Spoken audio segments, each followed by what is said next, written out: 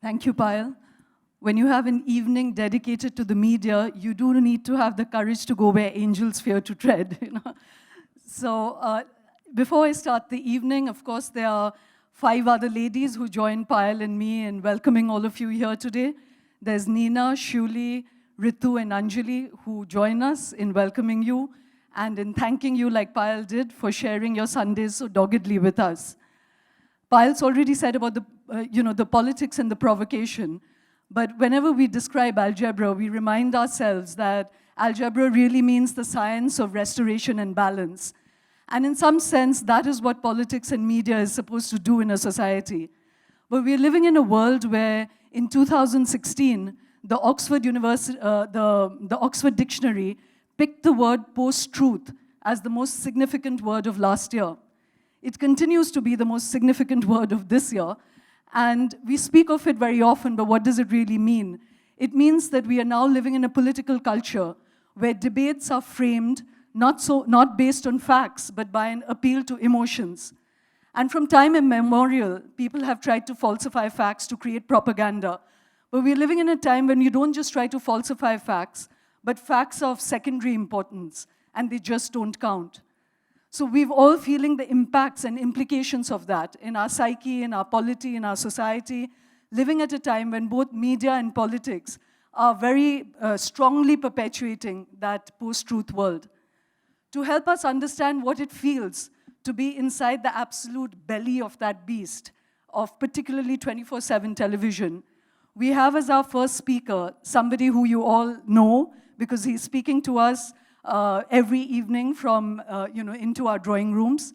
But more than that, Rajdeep Sardesai has actually dominated news media for almost 30 years. And I have to warn you, Rajdeep, that's more than what the astrologers foretell for Narendra Modi. So Rajdeep has played a large role in creating the kind of discourse and world that we live in. Today we'll of course be talking to him about contemporary politics, contemporary media, but also perhaps to what is really special about having him here today is that he will be speaking with some sort of personal insight about what it means to really occupy that cockpit, of hot news and breaking news. At the end of the session, he'll be open for questions. He also wrote a book called 2014, the year that changed, the election that changed India. The book is, of course, out there for signing. It's a very perceptive book. It's full of illuminations about the way politics plays out in our country, and we'll be talking to him about all of that. So, ladies and gentlemen, please join me in welcoming Rajdeep Sardesai.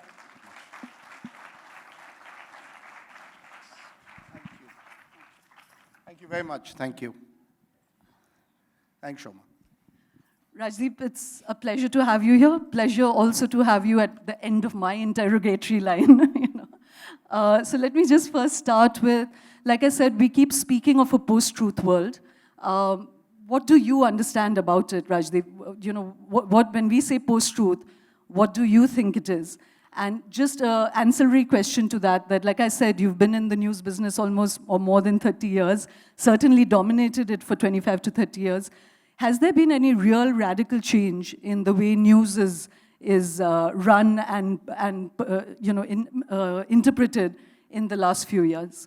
Let me take your second question first. First of all, thank you very much for coming here. I obviously realize that you are the denizens of Gurugram or Gurgaon, but it's wonderful to be here. Let me take your second question first and say one of the big changes that has obviously taken place is news is now in real time. There is no time to pause, to breathe, to reflect, to introspect. You're almost in a situation where today's news is the next hour's history.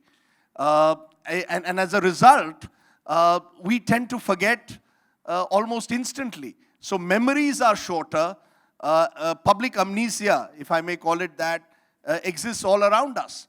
And since you said, what's the difference between when I started off and today, let me just add to the fact that one of the first stories that I got to cover, major stories that I got to cover, was the Rath Yatra of L.K. Advani in 1990. I think I was a year and a half into the profession.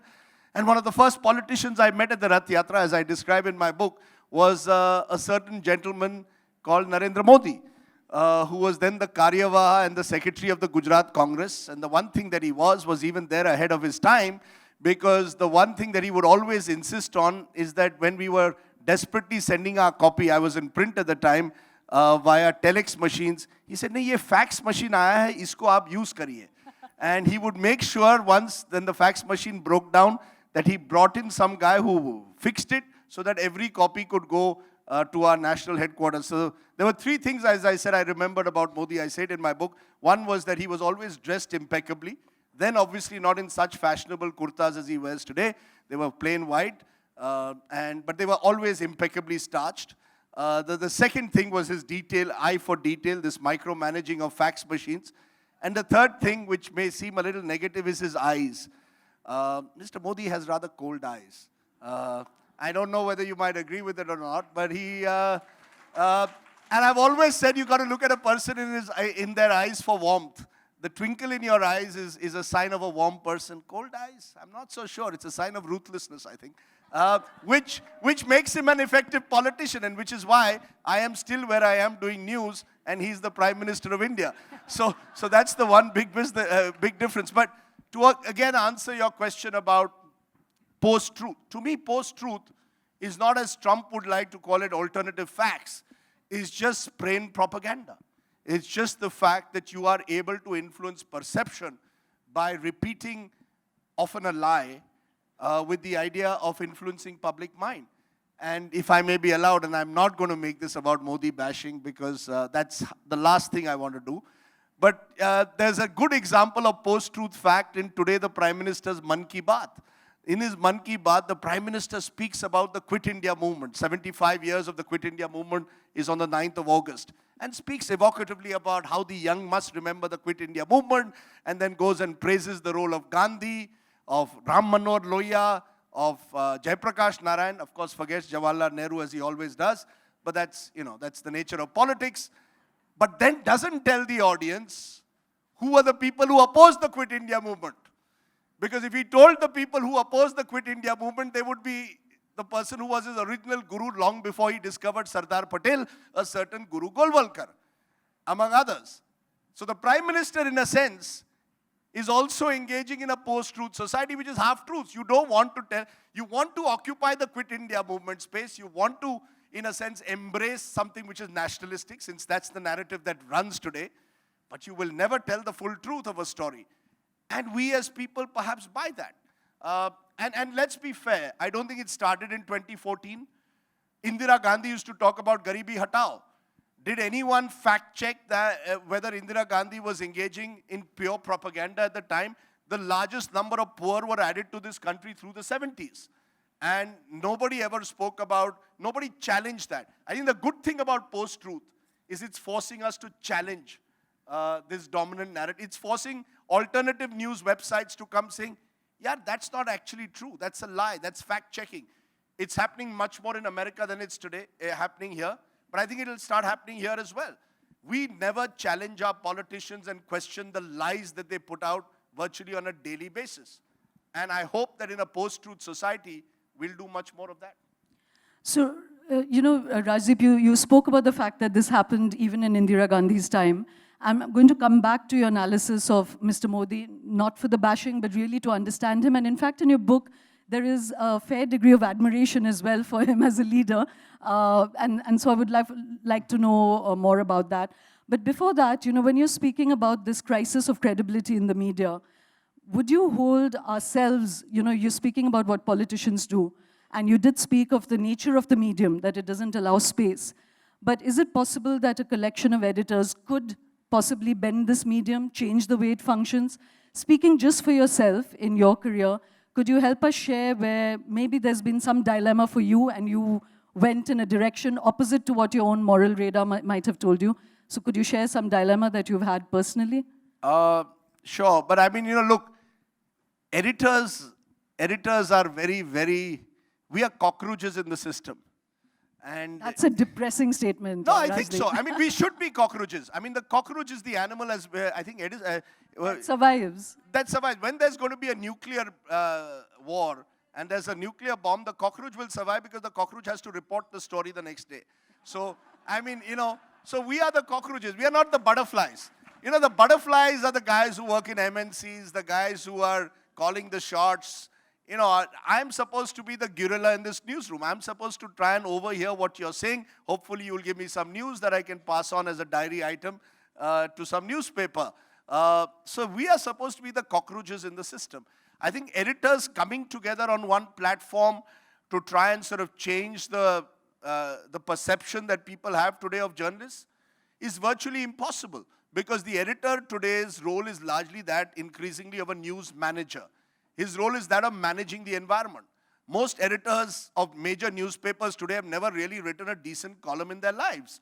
Most editors of television channels increasingly have never really put together a program. All they're doing is managing the environment, which could be the political environment, which could be their proprietors' interests. And the real crisis of journalism is not to do with the editor as much as it is to do with the proprietor. Who are the people, barring, dare I say, a few notable exceptions like an Arun Puri, who have built their career through journalism? Today, the people who are entering the media as proprietors have very little to do with journalism. So what is the pro-poor editor to do? He has to fulfill the political or the business agenda of his proprietor. Rajdeep, can I just suggest to you that you're sounding dangerously like Manmohan Singh, you know, like pointing to another power center, you know, not accepting the leadership role that an editor should play. I have become over the years more and more, you know, in a sense, I feel sorry for Dr. Singh. You know, good man who at the end of the day, if he had to survive, had to pay obeisance to 10 Janpat. Similarly, if I have to survive as an editor, I have to pay obeisance to a proprietor. You mentioned moral dilemma. My moral dilemma came in 2014, in June, a channel that we had built from scratch, a network that we had built from scratch, and we lost it overnight because Mr. Mukesh Ambani decided that he wanted to take it over. Now, I didn't become a journalist to work for Mukesh Ambani. That's the reality. I mean, that might sound, you know, that might sound this thing, but I didn't, because Mukesh Ambani didn't take over Network 18 because he was in a journalistic enterprise. He took over Network 18 because it is important for him to have a media outlet that he hopes will, in a sense, push his business and political agendas. He's not here to challenge Narendra Modi or Amit Shah. And I believe journalists by their nature should be adversarial. They should question whoever is in power. We have a remarkable situation going on in journalism today where we are questioning the opposition on a day-to-day basis. As it is that poor Dr. Singh got it in the neck from 2011 to 14. Every day, night after night, he was called Dhritarashtra, he was called every name that you could. And now you've suddenly turned around, and from 2014 to 17, also that same party, only instead of Dr. Singh, you attack the Gandhi family. And the Prime Minister is the emperor, you know, who you are not supposed to question. I mean, look at demonetization. 7 or 8 months after demonetization, I have an RBI governor who's telling a parliamentary finance committee, we don't know how much money has come into demonetize because we are still counting the notes and we are going to bring in imported machines. Can anything be more ludicrous in 2017? How many people are willing to say, sorry sir, we need to know. You transformed, changed the lives of millions of Indians. Is anyone willing to ask, what benefit have I got out of demonetization? When guys in Gujarat, SMEs tell me, and I was with them 2 weeks ago, tell me that, sir, hamara business thap ho gaya hai. Who's going to answer them? Now, we don't want to ask these questions. We're not supposed to ask these questions anymore, I guess. I'm presuming. Some of us do at great cost. Others at even greater benefit have aligned with those very forces. I mean, today people call themselves independent channels and you've taken your money from someone who's desperate to become a minister in the government. And you call yourself an independent channel. The man is an NDA MP, the convener of the NDA in Kerala. He's your main business. He's the main person supporting your channel. And you have the gall to tell me that you're an independent channel. And the world, and this is post-truth, the world will buy it because you project yourself as that. I mean, you know, it's today, one of the largest television network is owned by someone who's a Rajya Sabha MP who got his support from, again, political parties. Can a channel like that, which openly identifies itself with the government, ever be independent? I'm not saying any of this happened. I'm sure there were a lot of networks and there were a lot of newspapers that existed in the same way even before 2014, but never on the scale that it is now. Only today I've seen Times of India, the most powerful newspaper in the country, take down an article on Amit Shah's assets. Fortunately, in the post-truth society, alt news picked it up, and they've got a screenshot of the letter which was sent by the management of Times of India to the editor or to the desk to remove the article, plus the fact that the original article somewhere had got through. So in a post-truth society, it's difficult to lie beyond a point. But the fact is, this is, if the largest newspaper, the most powerful newspaper of the country can pull down an article on something innocuous.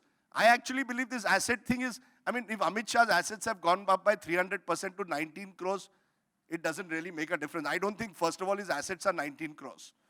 His assets, I mean, if Amit Shah's assets are 19 crores, then I'm Donald Trump. Let's be clear. I mean, it's like Sharad Pawar declaring his assets at 11 crores and an ambassador car. I mean, the most, arguably the asset declaration is one of the biggest lies perpetuated in Indian politics. Now, an innocuous article like that, you bring down because that's what's happening. You are engaging in self-censorship. I don't think Amit Shah asked you to pull it down. You've done it because you fear that Amit Shah may have a problem. And I don't think a media can live in fear. A media which lives in fear doesn't deserve to be part of this great democracy that we are. This, Indian media should be independent, and that's my point. Rajdeep, listening to you here, one is feeling so enthused, why can't this person emerge on national TV? And and it's not just because you're criticizing the particular government. Like you said, it would be wonderful, and we are rightfully criticizing Rahul Gandhi and the opposition because they are letting down the country terribly.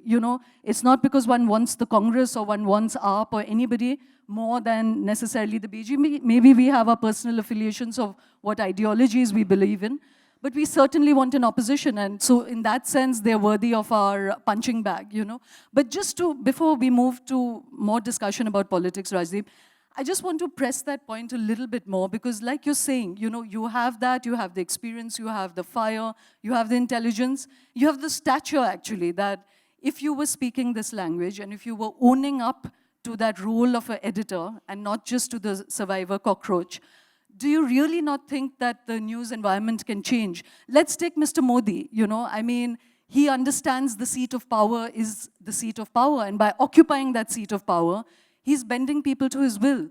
Is it really that there are a certain crisis is that too many leaders now are not understanding that they have a leadership position? Would you accept that? Too many leaders where? Both in the media and in politics. Look, I think, I think it's easier for a politician to use power. How does the media use power when you've systematically emasculated our roles over the years? And there are various reasons for it. Now you say, what could you do? I'm happy to do that, and we've commissioned a story on this demonetization. Where is the money? How much demonetized money has actually come back? And we'll do it. Will it register when you've got so many dozens of channels, each making more noise than the other? In a world where news has been replaced by noise, sense by sensation, it's often difficult to even get heard anymore. And that's what politicians use. They know beyond a point that unless you're really willing, unless, as you said, everyone really comes together and says, look, we are going to pursue not our own individual agendas, we are going to pursue the truth. Our aim is to find out what exactly happened to the demonetized money. I'll tell you what will happen. If I do a story on where is the demonetized money, there'll be another channel which will do exactly the opposite. And therefore, the viewer will not know where the truth lies. And sometimes that can be extremely dangerous. Take a look at what's happening with this Samjhauta blast. The Samjhauta blast investigation, if you look, IB, Intelligence Bureau reports are being planted by the new government to virtually overturn a verdict given by the same IB under a previous government. And we are now taking this as gospel truth, as if I was taught in journalism, never trust the IB. The IB is not here to give you information. They are a propaganda agency of the government of India. Now you have carried, a news channel has carried the narco test of someone who's a simi activist. Has anybody bothered to check that the person whom he names in that narco test was in jail, in hospital at the time? Does anybody bother to check that your government of India has officially gone to the United Nations and said the Lashkar-e-Toiba was involved in it? And now you are trying to turn it because it doesn't suit you. At one stage you said Lashkar-e-Toiba is involved. Then you say that it was a Hindu terror act. Who am I to believe? And the media, for their own purpose, because it sells. Look, jo bikta hai, wo chalta hai. And that's what we've reduced ourselves to. It sells to say that Hindu terror doesn't exist, that this is actually a Lashkar plot. What were you then doing arresting all those people? Why don't you go to a court and then release them if you believe that it's a Lashkar plot in which there were no Hindu terrorists involved? Why have you gone to the United Nations and blamed the Lashkar? Now who's going to ask these questions? We don't want to ask the question because we want to work on agendas. It's no longer about investigative news or even finding out where the truth lies. It's about playing to a particular line. And you'll have 3 or 4 guys who will shout at each other, and that's news. And it's terrible. It's the Ravan school of journalism. Soon you will have 100 heads out of your television screen. And are we demanding better? Are we demanding more quality? Are we demanding that there be fact-checking? No. Or maybe even if you are, we are not listening because we are in another bubble. So I think there's a serious crisis of credibility which we are unwilling to address because it suits us at the moment to pursue individual agendas rather than find out the truth. It's very sad, but that's the truth. In fact, Rajdeep, for the longest time, we've all, in varying degrees, been self-critical of what we ourselves as peers are doing in the media. But I think there's an elephant in the room that we are not addressing, which is really the viewers. And in print media, you don't pay for news. In television too, I think, one is so sponsorship-driven and TRP-driven that until consumers are actually paying for the news that will keep a society safe, you can be forgiven for being a cockroach, Absolutely. I don't know whether Raj Jain is here, but how can he, look at what he prices the Times of India as. At. The newspaper should be priced at 20, 25 bucks. To kill competition, you price it at 4 and 5 bucks. Look at what's happening in television. In television, across the world, 90% or 80% of your revenues come from subscription, 20% from advertising. Maybe in some countries, 70-30. In India, it's 95-5 even now. 95% of my revenue comes from advertising, just 5% from subscription. The only people who made money from the television revolution are the cable operators. The cable operators have enriched themselves. In Karnataka, there'll be election next year. There are cable operators who are going to contest the elections. They've got that much of cash. Now, the fact is, any news channel in India, to actually just be shown to the public, still has to pay 50 to 60 crores to cable operators for a national channel.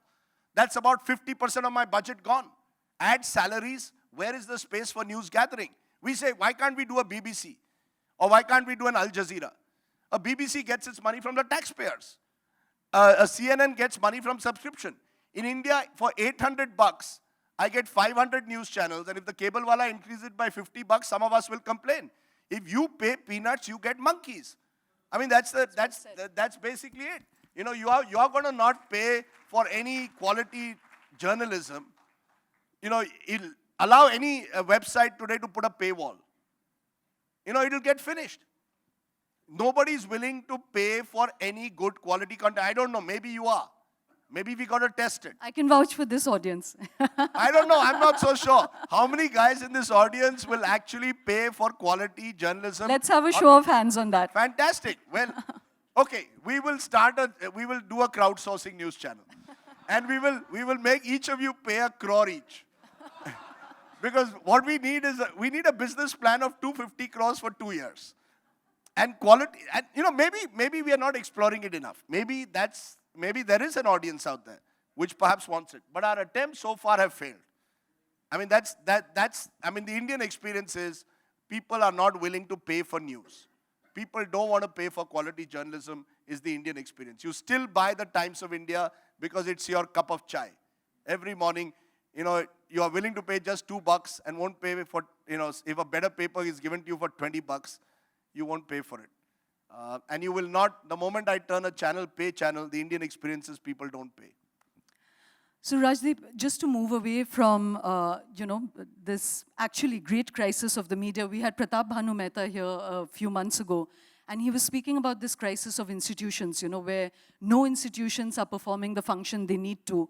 And I think we are actually unaware of the level of crisis that we are living in. And it's just that the country is so large that, like you were saying, our attention span shifts. But he spoke very, very cogently about this crisis of institutions, judiciary, media, nothing is really performing what it should. But just to move away from that to your very large experience with politics, before I get into grilling you about Bihar and further about Mr. Modi and Mr. Manmohan Singh and Sonia Gandhi, I just want to ask you, in all the politicians you've met, is there somebody you've really liked and respected? Shoo. That's a tough one. The tough one, and that is the respect part. In a strange way, there are lots of politicians. Look, to be a politician is the most difficult thing in the world. And you got to doff your hat to all of them. People sometimes sort of believe that I'm, as a young man, I was very sympathetic towards Lalu. Not sympathetic. I was astounded at that man and the gumption that he had. He looted Bihar in his own way, I agree. But, to stand up from where he came, he once took me to his village. And I had come from sort of Cathedral and Campion, South Mumbai, early 90s.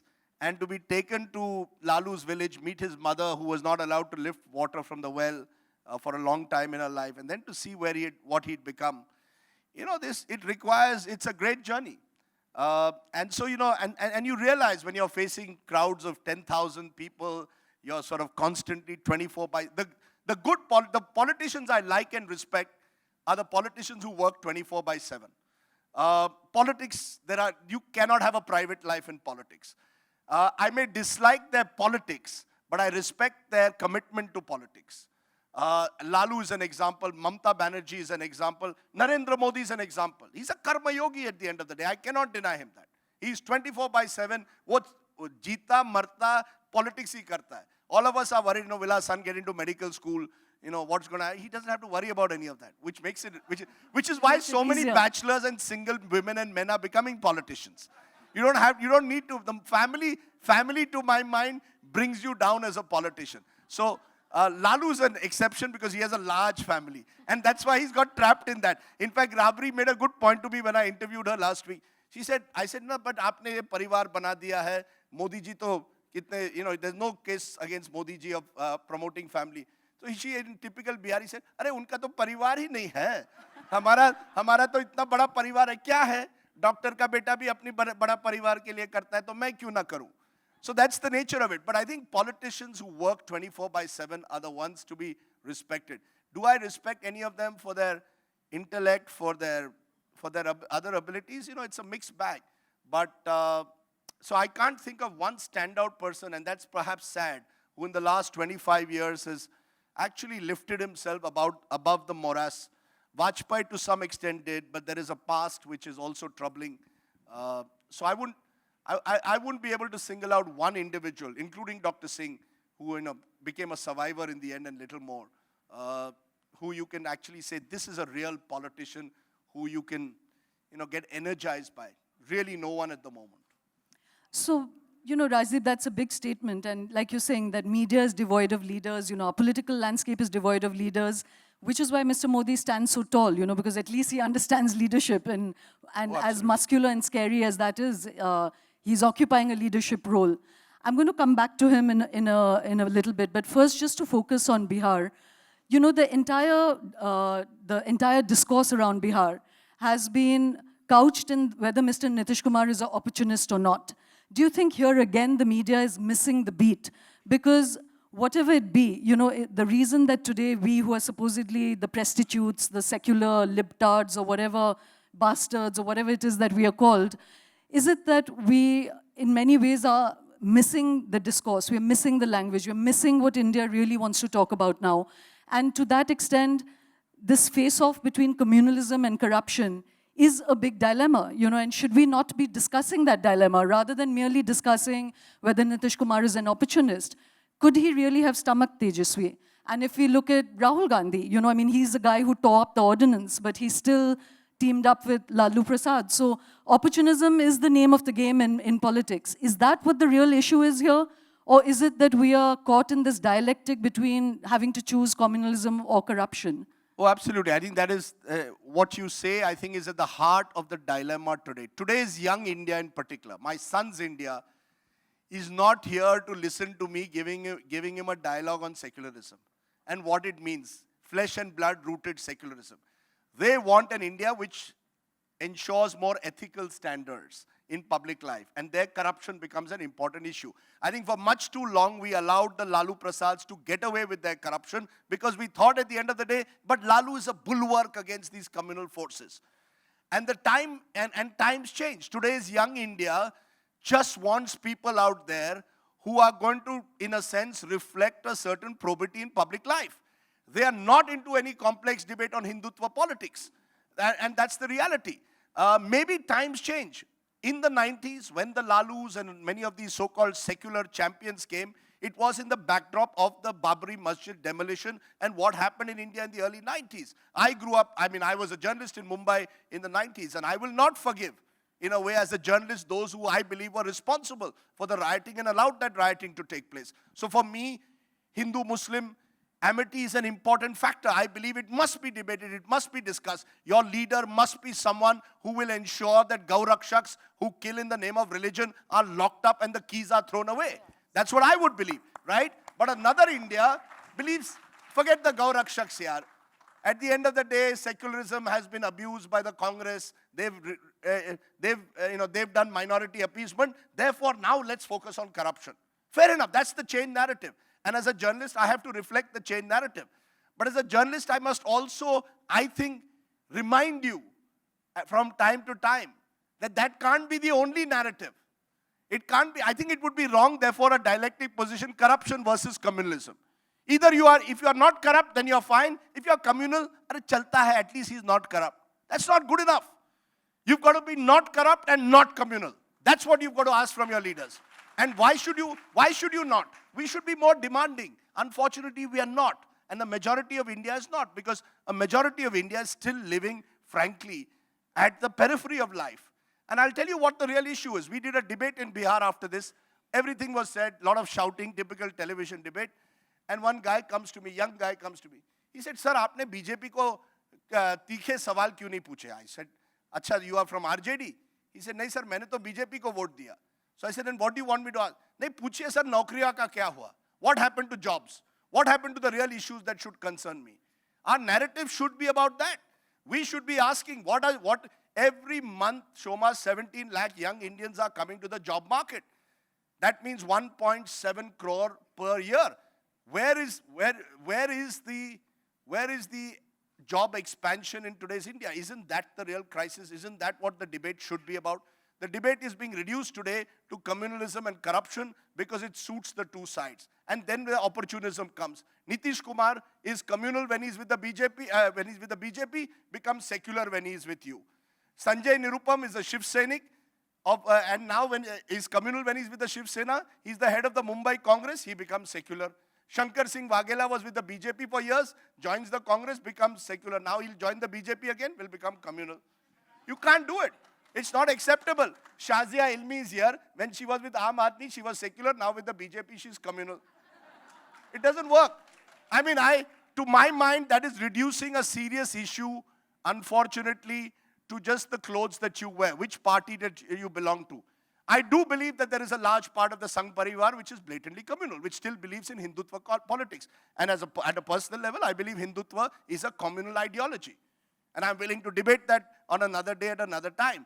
But that cannot mean that I should sort of pamper the Lalus of the world who have destroyed a state through their own corruption and their criminalization. And maybe for a long time we indulged him. Maybe we've indulged other politicians who've been blatantly corrupt. Mulayam Singh Yadav. I mean, how does Mulayam Singh Yadav and his family acquire land and property in London, in Dubai, in places? I mean, I was taken to Dubai the other day and shown a property which Akhilesh Yadav and his family own. I mean, it must be the most expensive piece of real estate in Dubai. I mean, how did a school teacher's son suddenly get so much of wealth?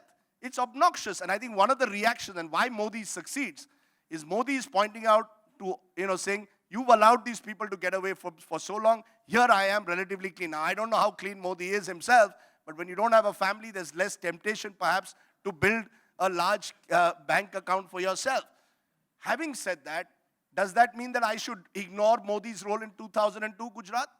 You may want to, I'm not willing to, because I saw it. Now that's as simple as that. You could, and then you will turn around, but what about Rajiv Gandhi in 84? I was not a journalist in 84, but I would have taken him to the cleaners for what he did to the Sikhs in that year. I mean, I'm very clear, Rajiv Gandhi had blood on his hands, so does Narendra Modi. That's the bottom line. Now, am I creating a moral equivalence that, if someone and so has done it, so and so? It's not about moral equivalence. It's just asking for a better India. An India where no one... Why does our Prime Minister not tweet when Junaid dies? Why does he tweet when something happens in Brussels? He's more interested in what happens in Brussels, but not with the Junaid. Why can't he go and embrace a farmer's family when it commits suicide? Why can't he call Junaid's father and said, "Maaf kar do"? I will give you an example. I know, I'm sorry, but this is a true example. There's a family on whose the film Parzania was based. Ironically, the name of the family is Dara and Rupa Modi. They lost their son in the Gulbarg massacre in 2002. They never found their son. He's in the missing list. I went to Modi. That time I had a decent relationship. I said, "Sahib, tame mali lo hai na. Please meet them." All I said is meet them once. He didn't. The Mahatma would have gone to their house and he would have stayed with that family till they felt there was someone comforting them. That's why he was Mahatma and the greatest Gujarati who ever lived. That's the truth. That's the difference between that man and today. Today, our politicians take aerial visits to flooded areas. How many politicians go by the ground? And they morph the view from the window. Yes, Indira Gandhi had a lot wrong with her. She institutionalized corruption. She institutionalized the way in which the bureaucracy was completely, in a sense, aligned to politics. She politicized the judiciary. But Indira Gandhi could have that ability in a flood to go on an elephant in Belchi through flood waters to meet people. Today, our politicians, most of them, Mamta and all are a few exceptions, are disconnected from people. We are Rajas. Our politicians have become emperors. And if you tell the emperor he has no clothes, like in demonetization, the emperor says you are anti-national. That's what it's reduced to. But Rajdeep... And so does Shazia. But Shazia, I'll have to get you on stage soon. It's very unfair to have unilateral conversations. Sorry. But Rajdeep, I just want to bring the spotlight a little back on the media.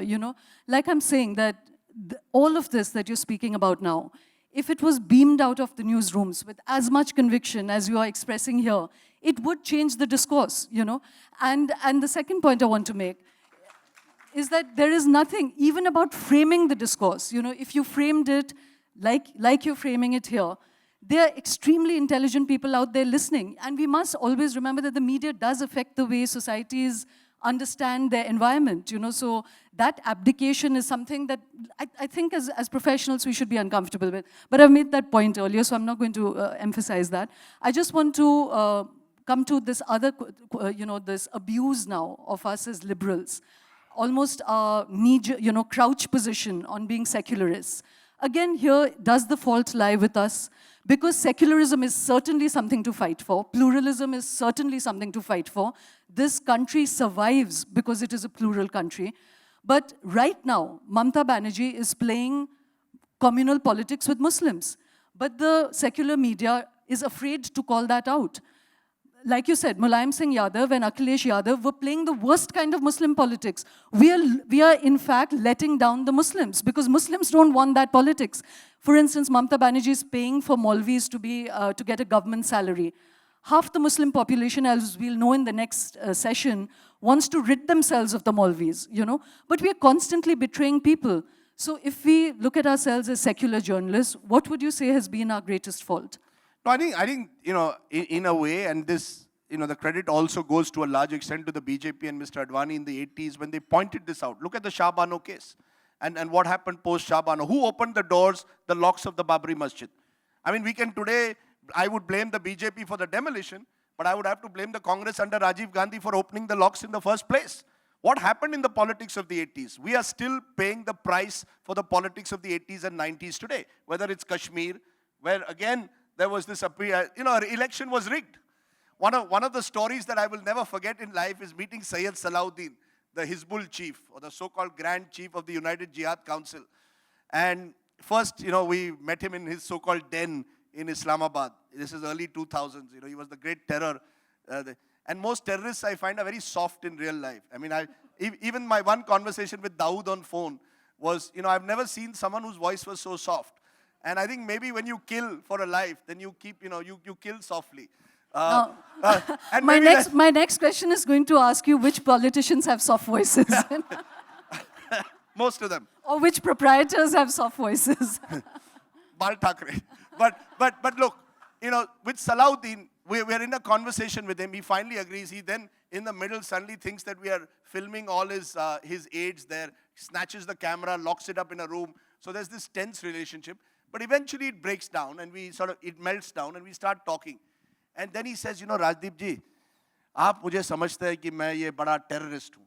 मैंने कहा sir आप तो head है United Jihad Council के, which is the head of the Hizbul. So he said, but मैं तो पीर साहब था. He was a peer. He used to give the sermons in the mosque in the 80s. He said, वो 87 election में, अगर राजीव गांधी उस election को rig नहीं करते, तो अगले दिन तो मैं जीत जाता, और मैं शायद आज PWD minister होता. And I thought about it, and it kept me in my mind that election which he rigged, next morning his election agent, who was Yasin Malik, was beaten up. Yasin Malik became the head of the JKLF. This guy went to Pakistan and became the head of the Hizbul Mujahideen. Just think of the damage that has caused to Kashmir, the late 80s. Now, who's responsible for that? And did the media question the Congress enough in that period? I don't know. Maybe we could argue we didn't.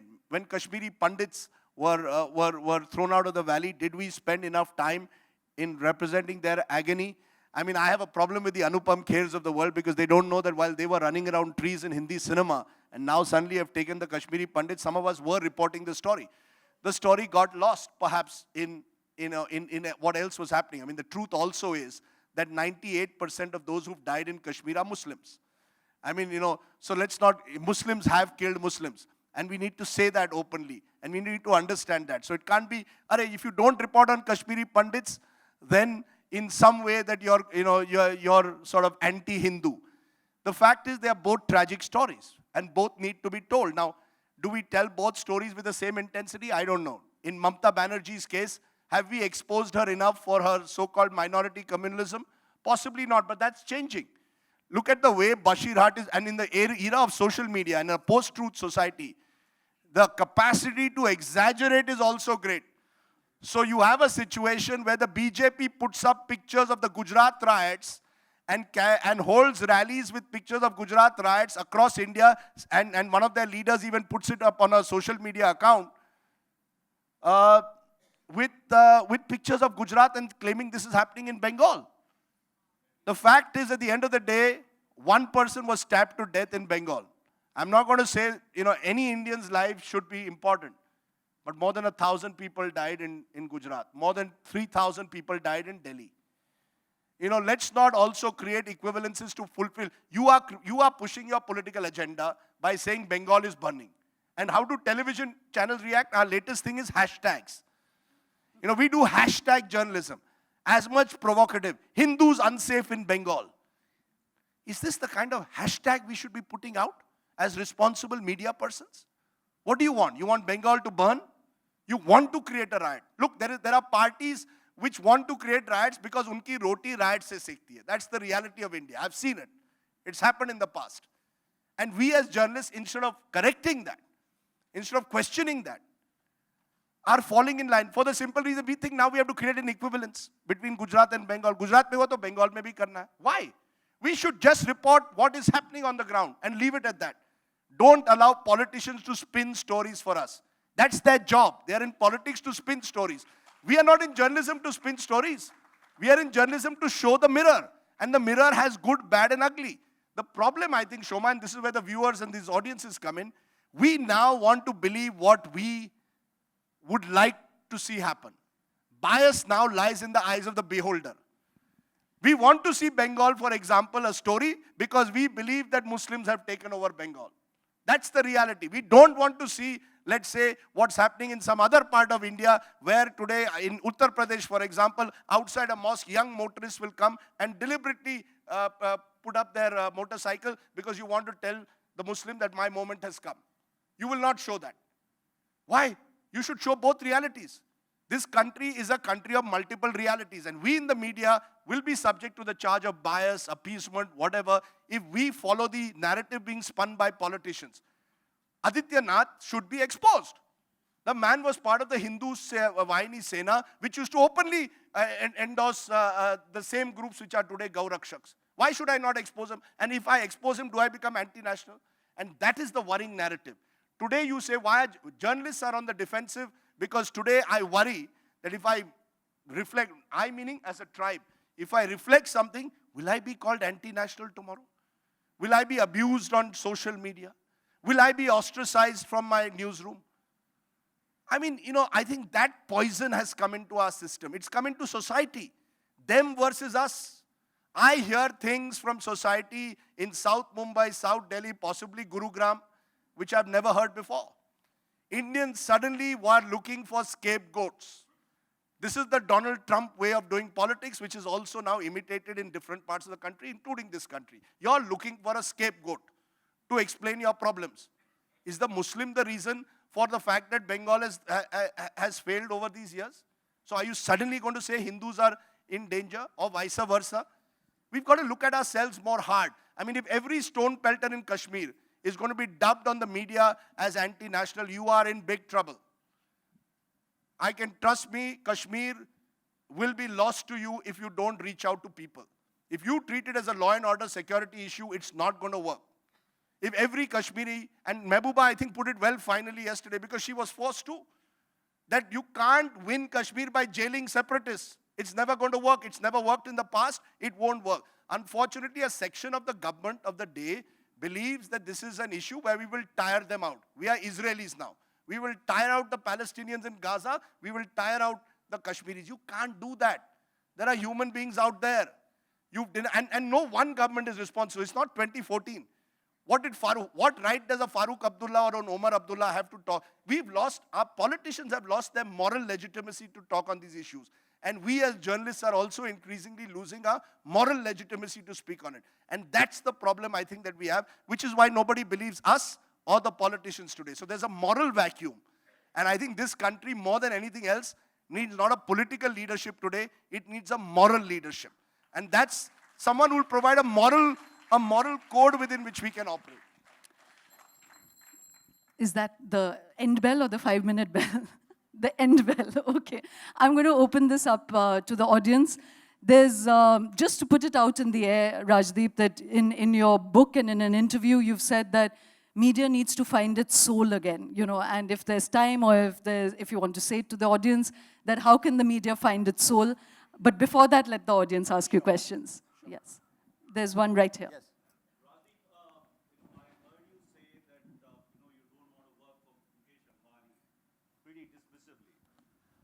The question is not about Mukesh Ambani. I'm a businessman myself. I've done a couple of startups. The question is, and one of my startups, incidentally, is in the clinical space. And the doctors are arrogant about their profession. And I see journalists being arrogant about their profession as well. So why would you not, just explore? And there is the question being, you're asking why he dismissed Ambani. Not why you dismiss. Why you dismiss an opportunity to create a pay channel. There is a consumer space available where businessmen can tie up, bring their expertise, and actually create a pay channel. Look, let me also clarify that. I actually had a decent relationship with Mr. Ambani at a personal level. And I would have happily built a channel, even if he was the owner, provided there were certain guidelines put down as to how are you going to function. But if he's going to then outsource it to his hitmen to run a channel, then I don't have otherwise I have a lot of regard for the man. And look, ultimately you need big pockets. He has the deep pockets to perhaps give me the opportunity to run a truly independent channel. The problem is too many of our businessmen are too closely linked to government. And then it becomes difficult to build an independent channel. Maybe I should have tried it. On hindsight, maybe I could have tried, but he wasn't, I don't think he wanted that to happen, or maybe there were people above him, as I have now learned, it wasn't him, but others who didn't want me as editor, which is fine. Editors should have a resignation letter. It's not about arrogance. Frankly, it's not about arrogance. It's about treating the newsroom. I don't know whether you'll see that as arrogance, or maybe a doctor will see his operation theater as that. But a newsroom I see as a place, it's a place to treasure, right? I've worked there for 30 years. I know no other place. It's like a puja room that a pandit may have. Now, if you are going to come in and defile it and say, you can't show this guy, you can't do this, you can't do this story, you can't do that, I find that as ways of gradually defiling my profession, right? And if you call it arrogance, I would like many more journalists to have that arrogance than the other arrogance that we have. But let there be some more questions. I'd just like to add one thing, that when we speak about corporates, of course, all of us are backed by corporates since viewers are not paying and consumers are not paying. I said I'm very happy to have corporates, provided the corporate sets a rule of guidelines of the do's and don'ts and makes it transparent. No problem. But there is something to be said about very big business, which is that if they inhabit 80% of national life and they own you, then there is only 20% you can report on, and I think that's a real danger. Rajdeep, I've Yes. Really enthused by what you speak today, and I totally agree with Shoma that we probably need to see more of that on the television. If I do it on television, I'll be called an activist. So, or I'll be called an anchor who's pursuing his own agenda. So I'm very careful nowadays. so But Rajdeep, there's so much anger and temperature on TV every night anyway. Better this anger than the other anger. I shall keep that in mind. Absolutely agree. I think the question which I have to ask is, you talked about Donald Trump and you talked about some of the similarities. I think one thing which he's facing is a wrath of the media for the reasons why he's caused it. And Jeff Bezos and Washington Post is a good example which you can draw an analogy with as far as Mr. Ambani and the Indian media. I do understand that there is a closeness of the industrialist with the... Bezos has done a great job with the Washington Post. That's what I'm saying. That's the example that So you can give of a corporate... why this whole issue of proprietors? I would want to see the journalism and the community here try to be more liberal in their approach and not hide behind the proprietor issue, because you guys are the one who have to define a lot of things going forward. That's my question to you. Yeah, but then you need proprietors like Jeff Bezos, who decides that I'm going to try and raise the level and quality of journalism. But that does not... how many corporates, how many corporates are actually willing to do that? To actually then take over a news channel to raise standards. But that does not absolve you of your responsibility as well. So yeah, that's that my would, question. if 5 of you top corporates said as part of our corporate social responsibility, we've decided to put 50 crores each in your channel because you've said it requires 250 crores for 2 years, right? And make it CSR. So get all the tax breaks that you can possibly on that. And say all I want is quality news. But which Indian proprietor, why are proprietors getting, who gets into news channels today? There are real estate guys. I mean, the past has been, or politicians. They're the ones who are getting into the news business. They're not proprietors who are benevolent, in terms of improving, raising journalistic channels, standards. They're getting into it at the end of the day because either it's a vanity exercise or it's an exercise in some way to promote your own agendas. That's the reality. I would like to add to what Rajdeep is saying. We were saying about consumers not paying for news, and it's true that if you go to corporates for the media, or forget about owning media houses just for sponsorships, even for evenings like this, the first response is, nothing political, please, So I don't know how you can exist in a society where you don't want to be political. The difference in America is that Jeff Bezos is political, and we lack that over here. So I agree with Rajdeep that we need that kind of corporates as well. Yeah, Rajdeep, if I can be the devil's advocate here, I'm right here. Yeah, hi. And we keep blaming the politicians, and for rightfully so we should. But the narrative they make actually comes from the research that they do, because end of the day, we end up voting for them unless the election is rigged. So I think somewhere, even we are not that clarified or correct in terms of voting for them, because we vote. I mean, the Shabuddins and the likes, they actually get democratically voted and come to power. So somewhere, it takes two to tango. Look, the day in Bangalore South, which was sort of a representative of the new Bangalore or new India, Nandan Nilekani lost badly to Anant Kumar. You knew that there was something wrong with the way Indian elections work. Why would not New India vote for an Anant Kumar? Why would they vote for an Anant Kumar over a Nandan? But he lost, right? And he had the resources. So it was not even that he was a poor candidate who didn't have resources. So even a resourceful candidate with a proven track record of running a company lost at the end of the day to a politician with, dare I say, a controversial record and not exactly having done much for his constituency. But you got to live with that. That's the nature of the country we are, right? This hall doesn't represent India. India lives in various places. You know, we can be dismissive of our criminal politicians. But, you know, Pappu Yadav, and I'm sorry again, Pappu Yadav, you know, in Purnia, the guy's a terrific politician. If anything goes, when there are floods in Purnia, no other politician is seen on the ground except for Pappu and his wife. They won. They both, husband and wife, both won their elections in a Modi wave year. You know, they were the two politicians who resisted the Modi wave.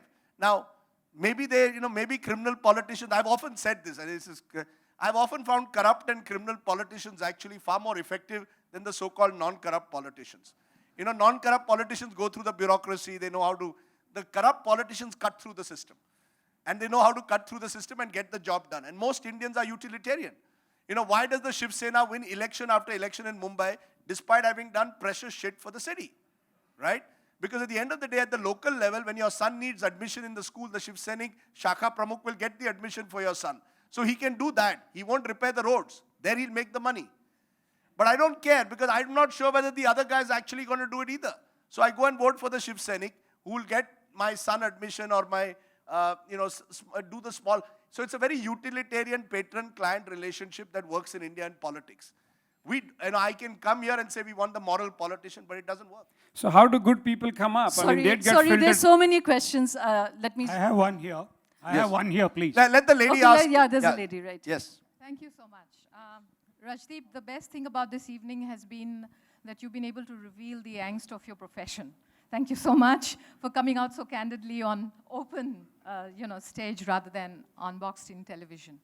Well, my question today is about what you started out, the tone, you set out the tone of this media versus politics versus provocation kind of discourse, in which you talk about the survivor editor, the cockroach editor. I'm an academic, and I just want your response to what has happened in the last couple of weeks to the best known, arguably the best known scholarly journal, Economic and Political Weekly, and the exit of Paranjoy Guha Thakurta. As you're seeing, that story is still developing. There are all kinds of strands to it. Typically, like in any story, the truth lies in shades of gray. We want black and white. Is it a question of freedom of press of EPW versus editorial autonomy? Or is it a question of editorial autonomy? As it is turning out, maybe it was a bad story. Maybe the story had holes in it. I think the manner in which it was done was terrible. I think our trustees should have been far more transparent in their public dealings, as should all of us.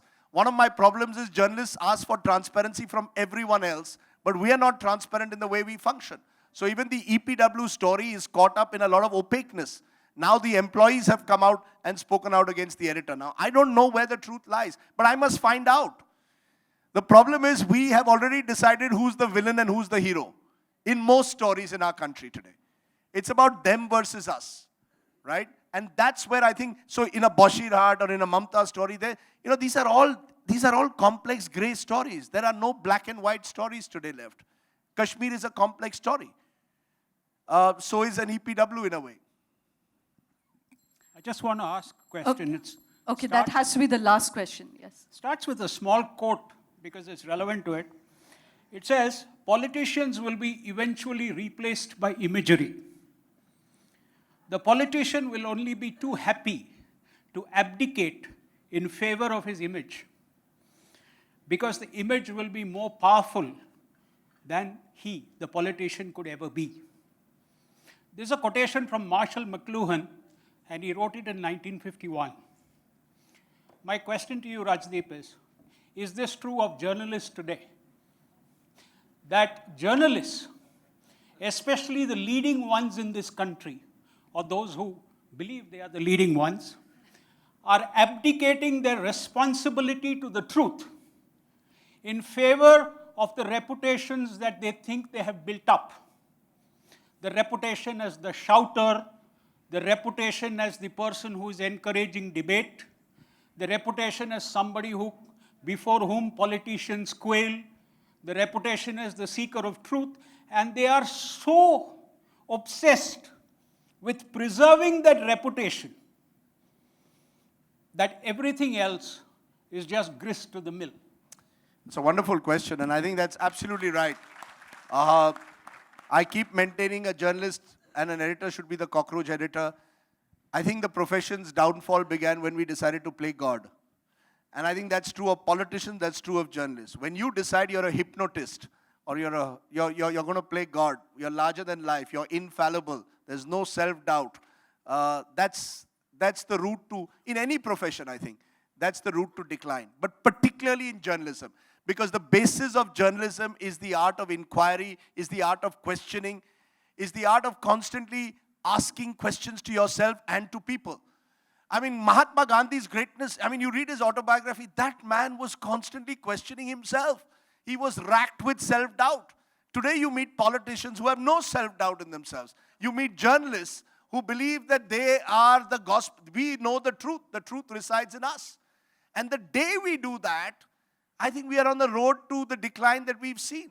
Because for precisely the reason our image now matters more than the reality. And that's true of politicians, that's true of journalists. We are playing to an image. We're not playing to reality. I've got an image as a nationalist hero. I'm going to run the journalism of nationalism. I don't understand what the journalism of nationalism is. Journalism is not of nationalism. Journalism is about truth. And sometimes nationalism, which means my nation right or wrong, is not the job of a journalist. Let me just leave you with this thought that a former BBC Director General John Tusa said. In the Falklands War, the BBC covered live a press conference of the Argentinians, where a British ship had been sunk by the Argentinians. And the Argentinians, the other way around, where an Argentinian ship had been sunk by the British. And he poured out the angst of the Argentinians over that particular incident. Margaret Thatcher calls him and says, you're the BBC. We're at war with Argentina. How can you show the Argentinian press conference live? He said, Madam, you represent the government. I represent the BBC. And to my mind, the distinction that he drew between a journalistic organization and the government is an important distinction we should draw. I don't carry the tricolor when I report. I shouldn't.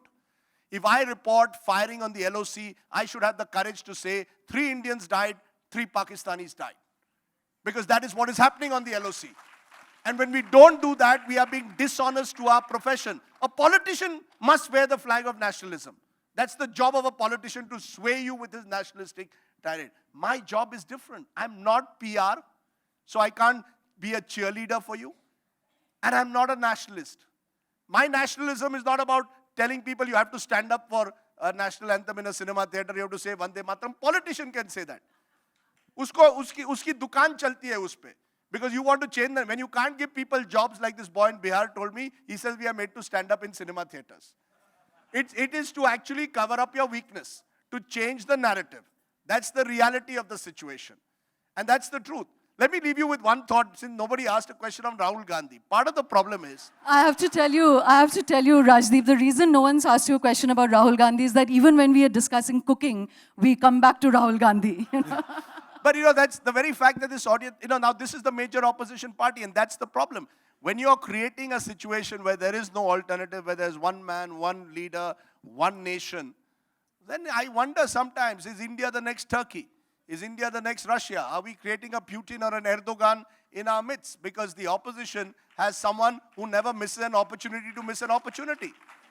I mean, if Rahul Gandhi can go public and say that I knew 3 months ago that Nitish Kumar was going to join the BJP, what the hell were you doing for 3 months?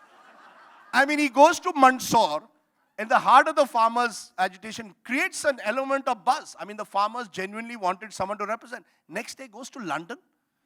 I mean, this is the problem, and this is where the real politician comes. A Mamata Banerjee would have sat in Mandsaur, or even a Modi, perhaps in his earlier avatar. He would sit in Prague. I think Mr. Modi has also got trapped like the journalists that you mentioned. We get trapped by our own sense of infallibility, invincibility. We believe we alone know the truth. So in demonetization, if Rajdeep, someone... I'll have to cut you now. If a journalist turns around and tells the Prime Minister, sir, the emperor has no clothes. Can you tell me where that demonetized money is? I can't ask that question. Similarly, I can't ask certain news anchors, please tell me how many Pakistanis have also died along the LOC. Can I live one last story? One last story to tell you the dangers of this? Okay. The last story is this. In 2013, 2 Indians were beheaded on the LOC. Terrible. Sushma Swaraj that time said, for every 2 Indians, 10 Pakistani heads should be taken. And eventually we pumped it up so much. Baaz, Hindi channels, Baaz Aao Pakistan. Manmohan Singh, chudiyan pehni hai, kab tak chaloge? Yeah, we have to attack. How long will you carry this on? We created a situation where India actually, as was told to me by someone in government at the time, was actually looking at what can we do in what kind of low intensity conflict can we carry out with Pakistan, which now in a sense the new government has carried out with surgical strikes. What we didn't tell people was 3 Pakistanis had also been killed in that entire attack. And the fact that that had actually been the most peaceful year along the LOC in Kashmir. So because it suited your narrative to raise, as journalists, I should have been actually calming tempers. Instead, I'm goading my government into war. Today, that is the danger that we as journalists run if we carry this, what I call pseudo-nationalism, but you're free to call it nationalism, narrative to a level where we will pit India and Pakistan using retired generals from their country and retired generals from this country, some of whom have opened accounts in Dubai, where they are paid $300 to come on national TV to abuse India. And you and I will call that nationalism. I mean, look at the hypocrisy of it all. We are calling a Pakistani general to abuse India on Indian television because you get TRPs in it, and we are paying the man $300, which he has now kept in an account in Dubai. And you will call yourself warrior journalist. I don't want to be a warrior journalist. I don't want to be a soldier journalist. I'm happy to be a citizen journalist. That's the difference. Thank you.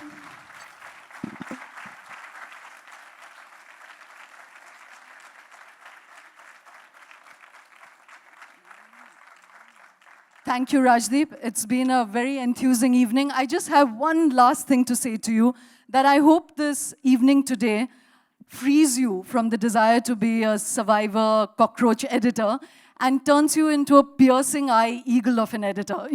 I hope we see much more of this, Rajdeep. No, much more of this. I'm no longer an editor now. I'm a consulting editor. I do my program, I write my books now, and I go home. Because I've realized that if I hit in a newsroom, I'm only one among many voices, and I can't impose my view on others. There's a generation which thinks differently. They're free to think that. I try and be a moral compass, but more often than not, I lose out. So that's life. I am very happy being in this space. I'm writing a book on cricket, which is just finishing and coming out in October. And to my mind, that has given me far more pleasure in the last 2 years than actually tracking politics for a change. Well, thank you, Rajdeep. We'll remember that note that, that let's try and be citizen editors more than nationalist editors. Thank you very much for being this candid. We'll break for a short cocktail, and then we have a lovely session coming up. Thank you, Rajdeep.